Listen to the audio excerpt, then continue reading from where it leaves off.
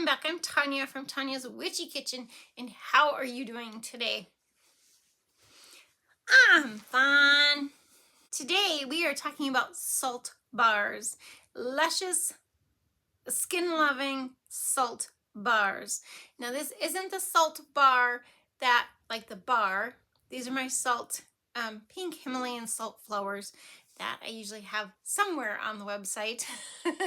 So we will talk about all the things salt and soap, and we will chit chat at the end of this video. So let's go check out the Bora Bora salt bars. Okay, into our soap. So the main thing about these salt bars that we're going to do a little differently here is we're using Tussah Silk. And I'm going to show you how I use Tussah Silk.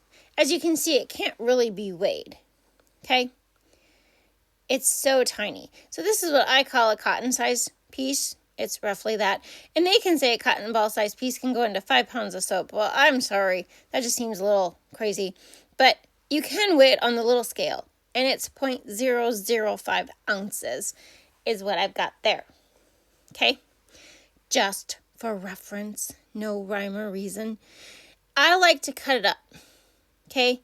Because it's easier for the fibers to dissolve in the lye.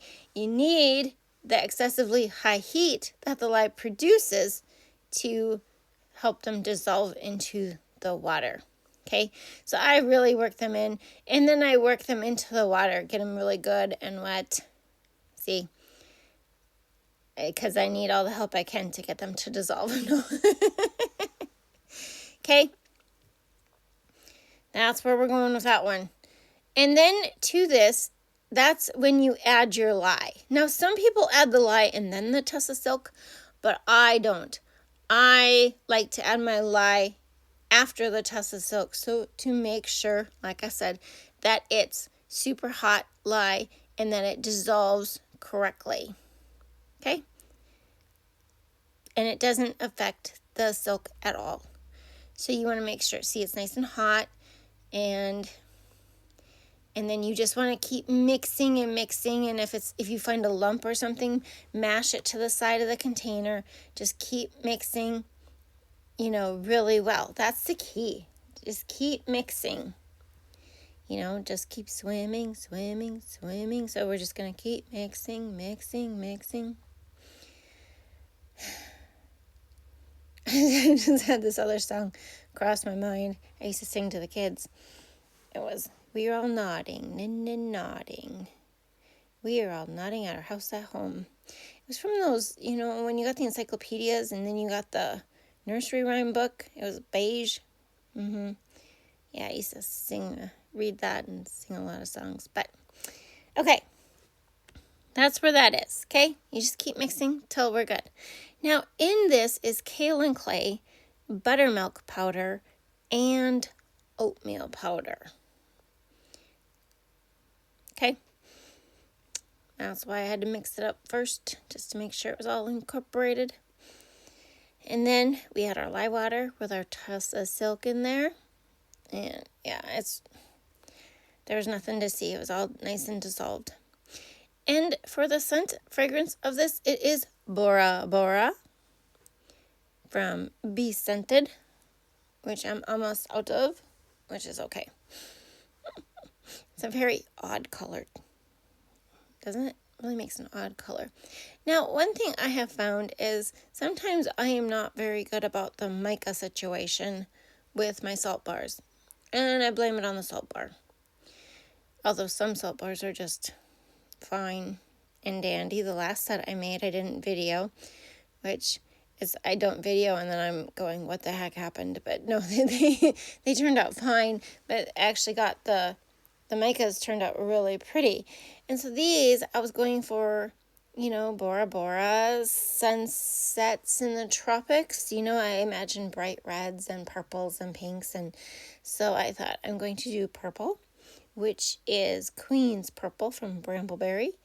And my other color in this little container here is Merlot Sparkle, also from Brambleberry. Okay?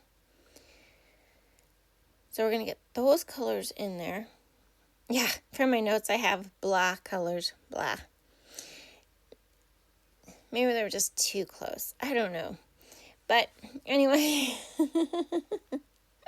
gonna mix them up really, really good. The key to a good salt bar is to make sure your batter is thick enough to suspend the salt.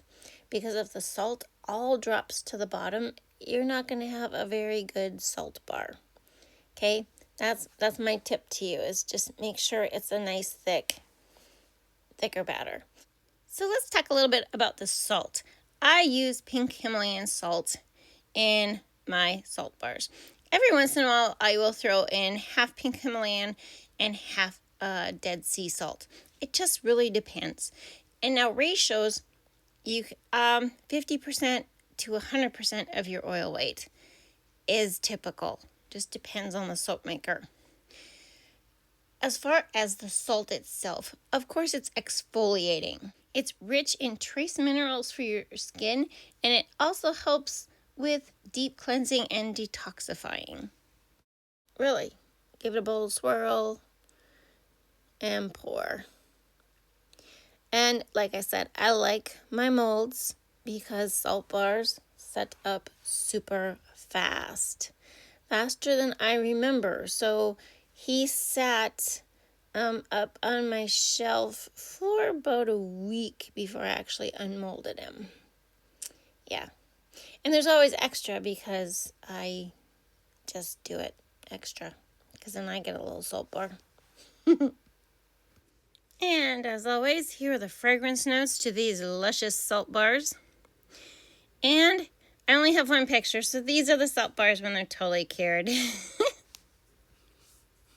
So my mom and I were talking about, I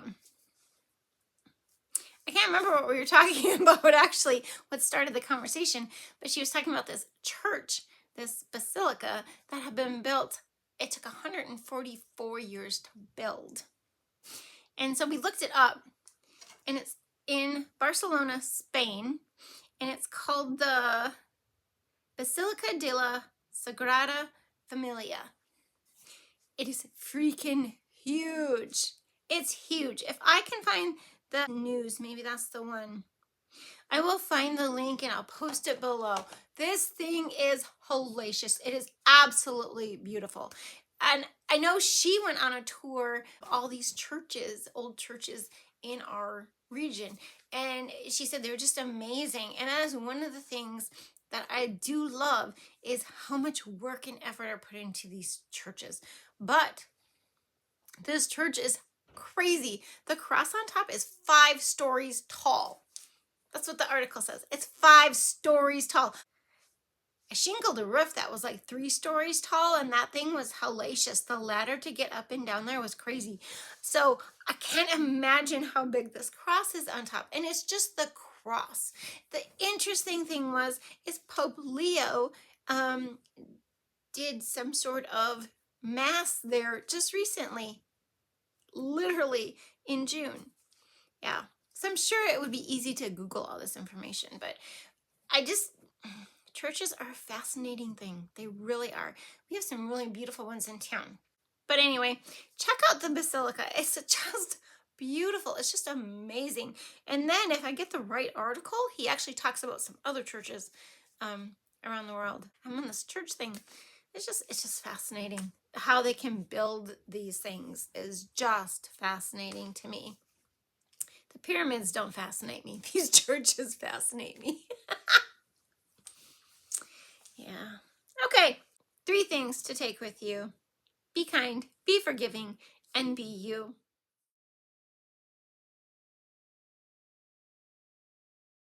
And as always, I hope you had a good time. Thank you for dropping by, and I'll see you next time. God bless.